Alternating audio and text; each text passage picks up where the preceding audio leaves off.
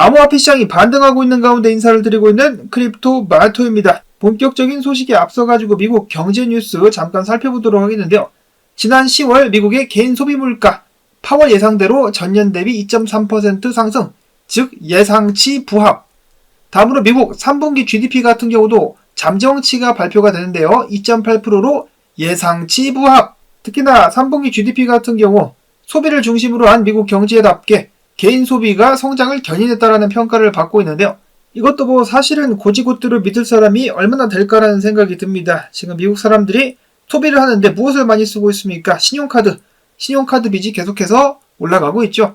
그리고 인플레이션 때문에 돈을 적게 쓰고 싶어도 적게 쓰기가 힘든 그런 상황. 이어서 저번 주 신규 실업수당 청구 건수가 발표가 됐는데 7개월 만에 최저. 그래서 표면적으로 발표가 되는 기사들의 이런 제목들만 보면은 미국 경기가 굉장히 탄탄한 것처럼 보일 수가 있겠습니다. 데이터가 좋게 나왔다는 식으로 풀이가 되고 있는 가운데 미국 증시 같은 경우는 내일 미국의 명절이죠. 땡스기빙 데이, 추수감사절 혹은 칠면조들이 대량 청산을 당하는 날이라고 볼 수가 있겠습니다. 미국에 계신 시청자분들 행복한 추수감사절 보내실 수 있기를 바라고요.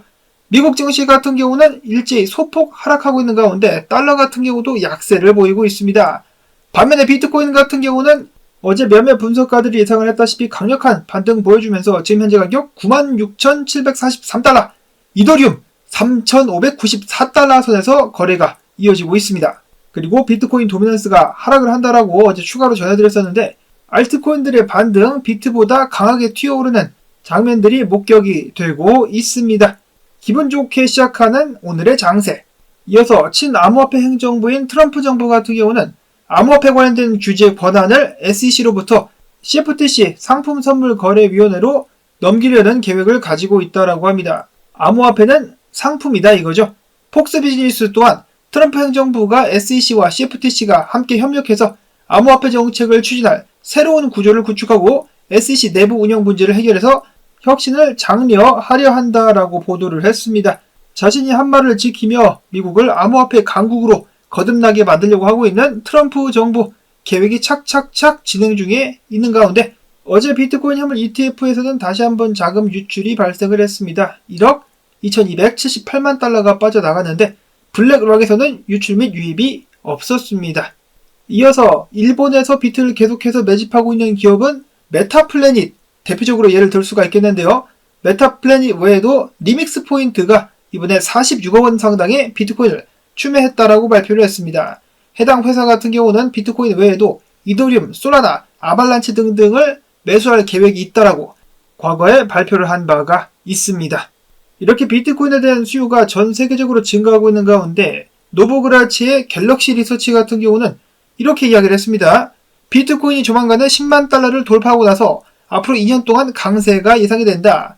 최근 추세를 보면은 기관과 기업들의 비트코인 채택 증가, 비트코인 국가준비금 조성 가능성, 암호화폐에 대한 미국의 새 행정부의 지원 등 모두 단기 및 중장기적으로다가 비트코인의 좋은 징조이며 ETF 옵션의 도입은 유동성을 증가시키고 잠재적으로 변동성을 줄일 수가 있겠다.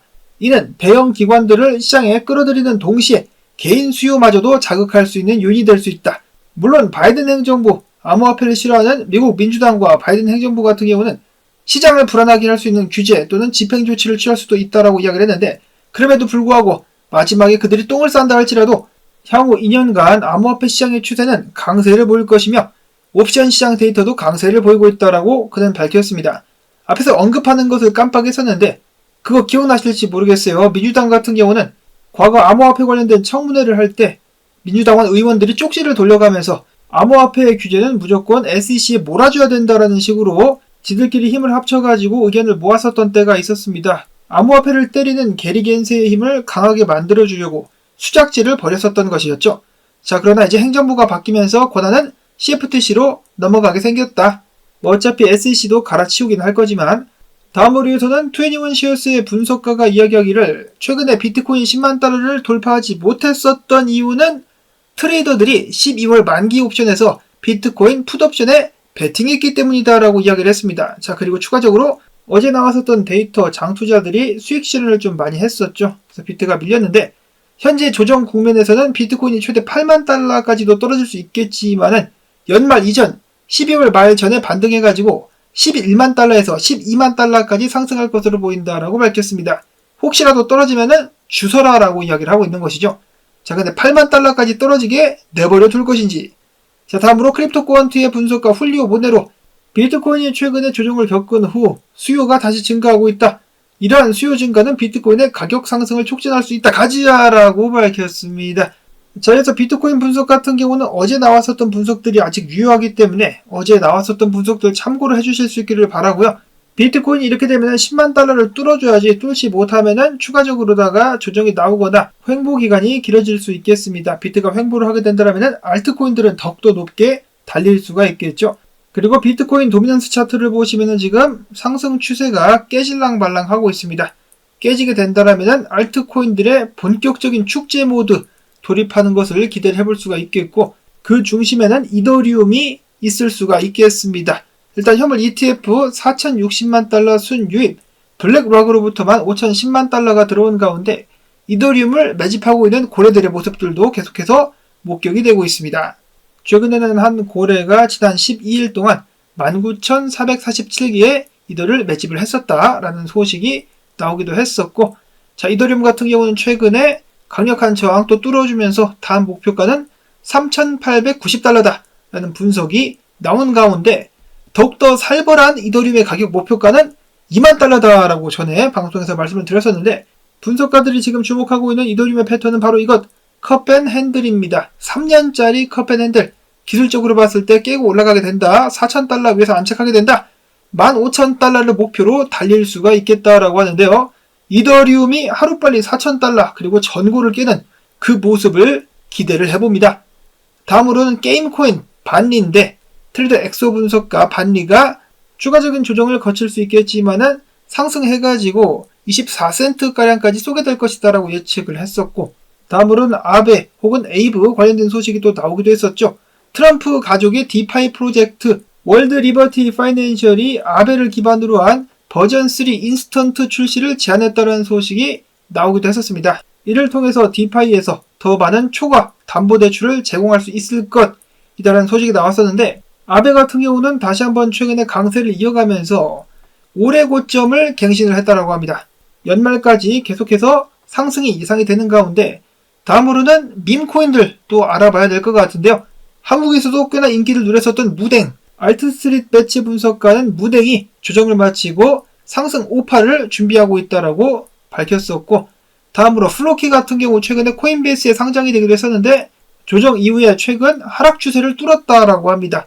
하락 추세를 뚫었기 때문에 추가적인 상승 나올 수 있지 않겠느냐. 이어서는 블런치 분석가 도지코인 마찬가지로 조정을 마치고 조만간에 추가적인 상승이 예상이 된다라고 이야기를 하기도 했었습니다. 바이낸스 같은 경우 최근 2개의 밈코인들을 추가로 선물시장에 상장을 시켰다라고 밝혔는데, 코인들의 이름은 모포와 칠가이라는 코인들입니다. 그 중에 칠가이 같은 경우는 틱톡상에서 인기가 있는 캐릭터라고 하네요. 칠가이 캐릭터. 해당 코인은 큰 상승을 기록을 했는데요. 문제는 이 그림의 원작자가 암호화폐를 겁나 싫어한다라고 합니다. 그래서 법적 조치를 예고를 했다라고 하는데, 해당 캐릭터의 작가 같은 경우 칠가이 관련된 상품을 판매하기 위해서, 만들기 위해서 자금을 모집하고 있었는데, 이 암호화폐 투자자들이 그냥 캐릭터만 갖다 쓴다는 게 아니라 우리가 원작자인 너에게 기부금을 주겠다라고 이야기를 했다라고 해요. 적게는 1억 원부터 10억 원까지 제안을 받았음에도 불구하고 거절했답니다. 잘 이해가 안 되죠? 10억 원이면 엄청난 돈인데 소송 걸면서 변호사비, 돈 낭비, 시간 낭비 할 바에는 그 돈을 받고 캐릭터화를 좀 더 시키는 것이 낫지 않나라는 생각이 들기도 하는데, 그렇게 하지 않고 이제 암호화폐 시장에 대한 반감을 계속해서 키워가고 있다라고 하네요. 안타깝습니다. 이어서는 수혜를 대표하는 밈코인 히포 같은 경우 지금 주요 저항 18센트대 저항이 있는데 뚫고 올라와서 안착할 수 있다라면 이 자리부터 안전하게 상승을 예상해 볼 수 있다라고 엘리지 분석가는 밝히기도 했었습니다. 마지막으로는 다룰 때마다 사람들의 마음을 답답하게 만들어주는 국내 소식 및 세금 관련된 이슈들을 또 가지고 와봤습니다. 자, 첫 번째로는 세계일보에 따르면은 한국에서 강남 거주자들이 암호화폐에 투자를 하거나 큰 관심을 가진 것으로 나타났다고 합니다. 강남구에 등록된 인구 숫자가 56만 2천 명인데 이 중에 34만 명, 60%가 암호화폐 투자 관련된 앱을 사용하고 있는 것으로 나타났고요. 그리고 강남구 외에 대한민국에서 직업군으로 암호화폐에 누가 가장 많이 투자를 하고 있느냐? 바로 공무원이라고 하네요. 대한민국 공무원 117만 명 중에 46만 명, 39.3%가 암호화폐 투자자다. 공무원 10명 중 4명이 암호화폐에 투자를 하고 있는 것으로 나타났습니다. 강남의 부자들 그리고 공무원들 사이에서 인기가 있는 암호화폐 뿐만 아니라 암호화폐 투자자들 중에 초등학생 학부모가 굉장히 많았었다라고 합니다. 국내 암호화폐 투자자 760만 명 중에 남자가 440만 명, 여성이 320만 명인데요. 이 중에 초등학생 부모가 170만 명이나 되었었다라고 하네요. 연령층으로 봤을 때는 40대가 가장 많이 있었다라고 하는데 코인 투자자들 중에 상당수가 경제적으로 안정된 계층이거나 가정 경제를 책임지고 있는 세대임을 알 수가 있었다라고 합니다. 저렇게 암호화폐를 통해 가지고 일확천금을 노리는 사람도 있겠지만 어떻게든 자산을 늘려보려고 노력하는 사람들의 숫자가 굉장히 많다는 것을 알 수가 있겠는데요. 이런 시민들의 노력을 물거품으로 만들려고 하는 인간이 있었으니 그 이름은 바로 진상준. 진성준이 아니라 이름을 바꿔야죠.